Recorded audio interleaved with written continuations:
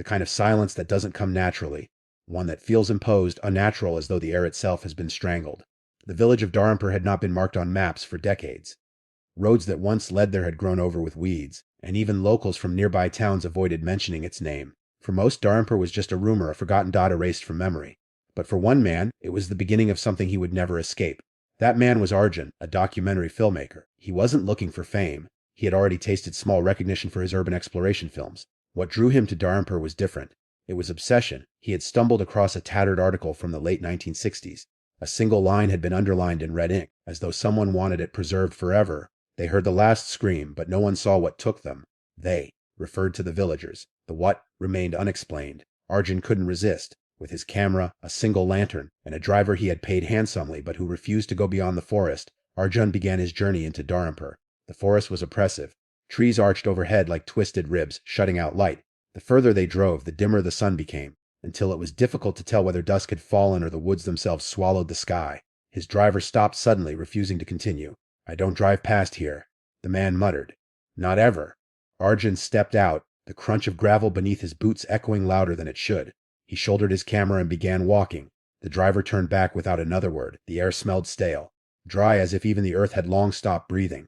After an hour, Arjun saw the first sign of Dharampur, a broken wooden signpost, its lettering faded, but still faintly readable under his lantern's glow. Dharampur, population 327. The numbers mocked him. The place felt entirely deserted. Yet he wasn't alone. As Arjun walked further into the village, his lantern light flickered across crumbling walls, collapsed roofs, and windows without glass. The silence pressed in, making even his own breath sound like an intruder. But then he heard it, soft, distant, the faintest echo of footsteps. He froze. The footsteps weren't his. The camera in his hand trembled, recording the stillness. He turned slowly, expecting to catch someone or something lurking behind. Nothing. Just shadows stretching unnaturally long. He told himself it was nerves.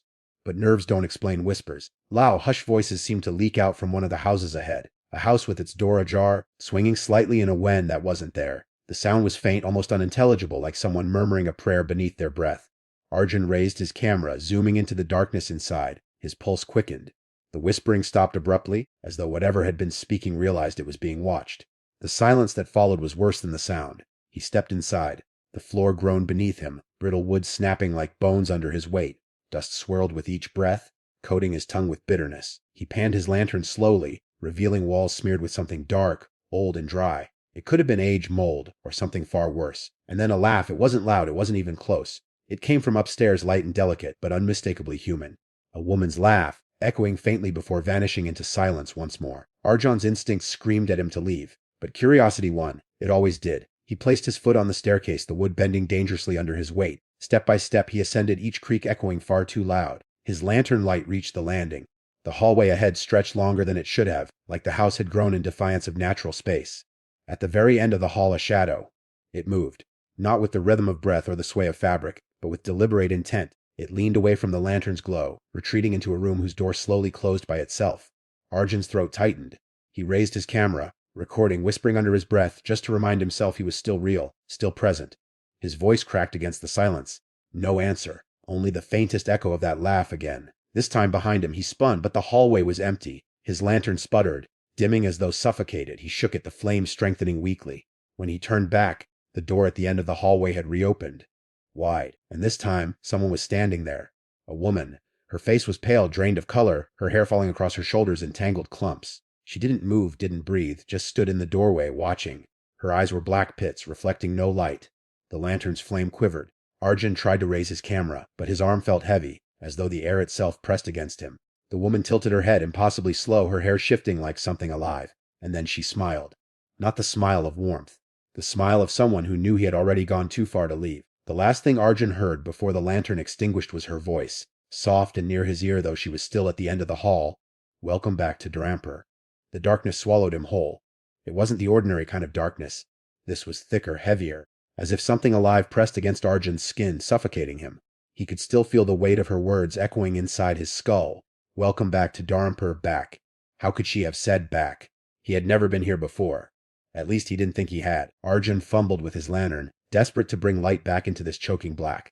The small flame flickered weakly, finally catching, and with it the hallway came alive once more. But the woman, she was gone. The doorway at the end of the hall stood empty, the shadows clinging to its frame like cobwebs. Arjun swallowed hard, forcing his breath to steady. His camera was still rolling, the blinking red dot mocking him with its quiet persistence. He whispered to Hiv, half convincing, half praying, just footage. Just a story, just a house. But the house disagreed. The longer he stood still, the more he noticed. The walls weren't right. They didn't look aged, though the village was in ruins. The paint here wasn't peeling, the wood wasn't rotting. Instead, the walls looked preserved, as though the house had refused to decay when the rest of Darumper crumbled. A house with no history. He moved into the room at the end of the hall, where the woman had stood. His lantern revealed little more than emptiness, four bare walls, no furniture, no dust, no sign of time at all, except for the mirror. It hung crookedly on the far wall, its glass cracked down the center, spider webbing outward. Arjun's own reflection stared back at him, distorted by the fractures. For a moment, relief washed through him. At least he was still there, still real. Then his reflection blinked, but he hadn't. Arjun staggered backward, breath catching in his throat. The reflection tilted its head slowly, mimicking the woman's gesture from before, a grin stretching unnaturally across its face. He raised his lantern higher, but the glass didn't reflect its light. The mirror had begun to darken, swallowing everything except the grinning version of himself. A sound scraped across the room. Not from the mirror, from behind him. Arjun whipped around, nothing, just empty air. But the scraping grew louder, circling him closer and closer, until the mirror behind him began to vibrate against the wall. His reflection leaned forward, pressing against the glass from the inside. Hairline fractures deepened, spreading like veins. The grin widened, tearing at its cheeks, until it looked less like him and more like something wearing his face. Arjun stumbled toward the door, but it slammed shut with a force that shook the walls. His camera clattered to the floor, the lens still capturing every second. He clawed at the handle locked. Behind him, the mirror began to bulge outward. The glass rippled like liquid, his reflection pushing through.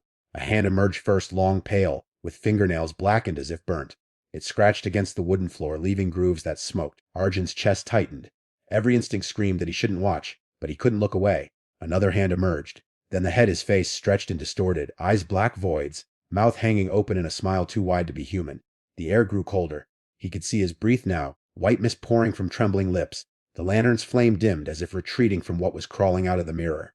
And then it stopped. Half emerged, the figure froze. Its head turned slowly, not at Arjun, but toward the corner of the room, listening. That was when Arjun realized something else was here. Something the mirror being feared. A faint sound slithered through the silence. Not footsteps, not whispers, something else. A low vibration like a hum seeping through the walls of the house. It wasn't mechanical. It was alive. The mirror figure recoiled, its smile vanishing. It clawed desperately at the glass, retreating into the crackling surface. Within seconds, it was gone, the mirror shattering into silence. Arjun stood frozen, his body trembling violently. His knees buckled, but he didn't fall. He just stared at the broken mirror, his own reflection gone, replaced by jagged shards that reflected the room in pieces. And then he heard it, the laugh, but this time it wasn't hers. It came from the walls themselves, deep and resonant, like the house had finally found its voice. The sound rolled through the floorboards, shaking the lantern, rattling the shards of the mirror until one fell and sliced across Arjun's hand. He hissed in pain, clutching the wound, but the blood that dripped to the floor didn't spread. It vanished. The wood drank it. And the laugh grew louder. The realization came slow, sickening, undeniable. This house didn't just lack history, it had been waiting for one, and it wanted his. Arjun grabbed his camera, shoving it into his bag, and bolted. The door swung open now, freely, almost welcoming him to run. He didn't look back as he tore down the stairs and out into the village street. The night air slapped his lungs, but even here the silence felt heavier than before. Darumper was awake now. He could feel it. Behind him the house stood still, silent, watching. And when he dared to glance back, just once, he saw it, in the upstairs window, a figure. A woman, pale-faced, tangled hair, eyes like voids. She raised a hand slowly, almost like a wave. And then, with a grin that split the darkness, she whispered words he couldn't hear, but felt. Words that told him the house wasn't finished with him yet. The streets of Darumper stretched endlessly before Arjun, rows of skeletal houses leaning inward as if conspiring to close him in. His footsteps echoed unnaturally, bouncing from wall to wall, returning distorted, as though someone else walked in rhythm with him. The night had thickened, the moon hidden behind clouds that moved too fast, too deliberate, as though following him. Every shadow felt watchful. Every breath carried weight. Arjun clutched his bleeding hand against his jacket and forced himself forward, but he had no sense of direction anymore. The village twisted like a maze. Every alley looked the same. Every landmark dissolved the moment he looked away. And then he heard it, the whispering. Soft, scattered voices, coming from everywhere and nowhere at once. They weren't loud, they weren't even clear, but they filled the air like mist curling inside his ears, slipping into his mind. At first, it was incoherent. Snatches of words, fragments of sentences. Don't look behind. He's already here. Blood remembers. Arjun froze in the middle of the street, spinning in slow circles.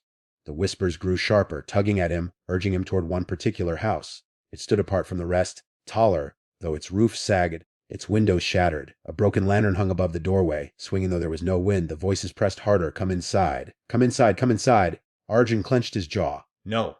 He muttered it under his breath, though his legs betrayed him. Step by step, his body moved closer, against his will. By the time he realized he was standing in the threshold, staring into a hallway cloaked in unnatural dark, his lantern flickered and the whispering stopped. Silence, heavy, pressing silence, until a single voice broke it, clear, female, right beside his ear. Arjun? He staggered back, his chest heaving. Nobody stood there, only shadows that shifted like living things. He should know that voice, but something inside him twisted with familiarity. The whisper came again, stretched, distorted, as if spoken from far away and impossibly near at once. You promised you would come back.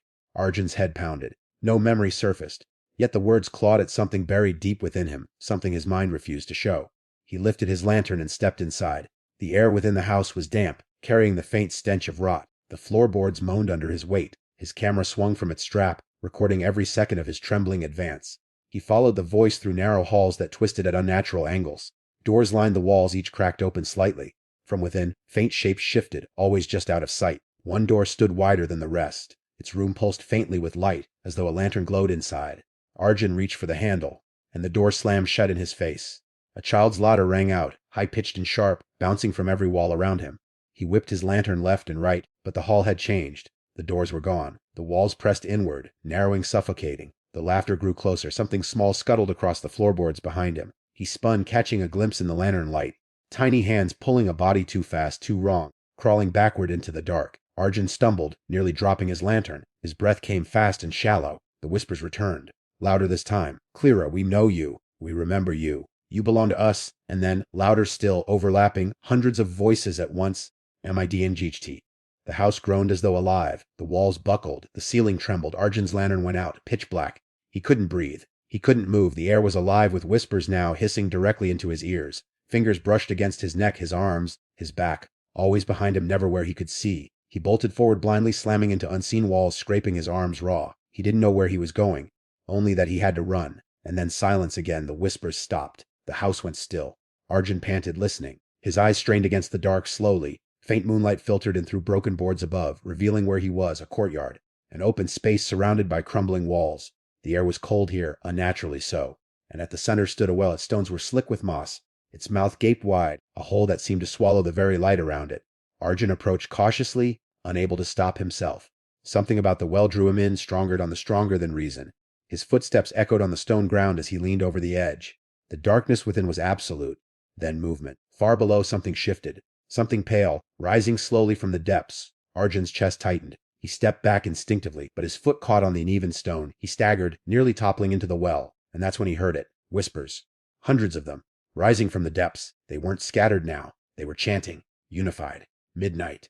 Midnight. Midnight. The figure climbed higher. Pale hands gripped the stone rim. Wet hair clung to a face hidden in shadow. The stench of rot rose with her, choking the air. Arjun's body went rigid. His lantern flared back to life. Dim and trembling, just enough to reveal her face. It was the woman from the first house. Her eyes were voids. Her mouth moved with the whispers, though no sound came from her lips. She leaned closer. Her cold breath touched his skin as she whispered, "It's almost midnight." And the bells began to toll, not church bells, not real bells. Hollow, metallic, echoing from the very air. Each strike rattled his bones. Each strike made the ground tremble. Arjun clutched his camera, shaking violently, as the woman pulled herself fully from the well, water dripping from her body, spreading like black stains across the stones. The 9th bell rang. She raised a hand, the 10th. Her fingers brushed his chest, the 11th. She leaned closer, her smile stretching wide, the 12th, and Dharmapur awoke. The 12th bell faded, but its echo lingered in the air like a wound that would not close. The silence that followed was worse than the sound itself, thick, smothering, full of expectation. Arjun staggered backward, nearly tripping over the uneven courtyard stones. The woman from the well stood motionless, her dripping hair clinging to her face, her eyes hollow and bottomless. Her lips parted, and though they moved, no voice emerged. Instead, the whispers rose again, flooding the courtyard, hissing around him like steam escaping from cracks in the earth. They weren't just whispers anymore. They were commands. Go inside. The corridor waits. Your place is ready. Arjun shook his head violently, clutching his camera against his chest like a shield. No, I'm not part of this. His voice cracked against the silence. But the village disagreed. A loud creak cut through the whispers. One of the crumbling doors on the courtyard's edge swung open slowly, revealing a narrow corridor beyond. Dim lantern light flickered inside, though Arjun hadn't lit it. The woman raised her hand, pointing directly at the corridor. The whispers grew deafening. The corridor waits. Arjun's pulse hammered in his throat. His instincts screamed at him to run, to flee Dharampur and never return. But his legs betrayed him once again, dragging him step by step toward the open door. He crossed the threshold. The air changed instantly. It was colder here, damp, smelling faintly of rust and soil. The corridor stretched ahead, impossibly long, its walls pressed close, its ceiling low. Lanterns hung along the sides, each flickering dimly, their flames guttering though no wind moved. As Arjun walked, his footsteps echoed unnaturally loud. Behind him, the door slammed shut, sealing him in. He lifted his lantern, scanning the walls. They were covered in faded photographs, pinned one after another, stretching endlessly down the corridor. He stepped closer to the nearest one. It was a photograph of a man, standing before the same well he had just seen in the courtyard. His face was pale, his expression frozen in terror. The edges of the photograph were burned, curling inward as though scorched by unseen flames. Arjun's stomach turned. He moved to the next photograph. Another person, another victim. A woman this time caught mid-scream, her blurred figure barely recognizable. And then another and another. Dozens. Hundreds, faces of people long gone, captured at their final moments inside Dharampur. Arjun's breath quickened. He stumbled further, scanning each picture in horror, until his chest froze. One of the photographs was of him. He stared in disbelief.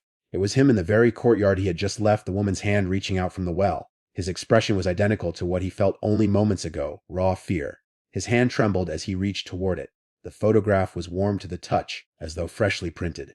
And then faintly, the sound of footsteps echoed behind him, slow, deliberate, coming closer. Arjun spun, lantern raised. The corridor was empty. But the footsteps continued. Panic surged through him. He broke into a run, his boots slamming against the floor, his breath ragged. The photographs blurred past him, endless rows of frozen faces, until the corridor twisted and turned.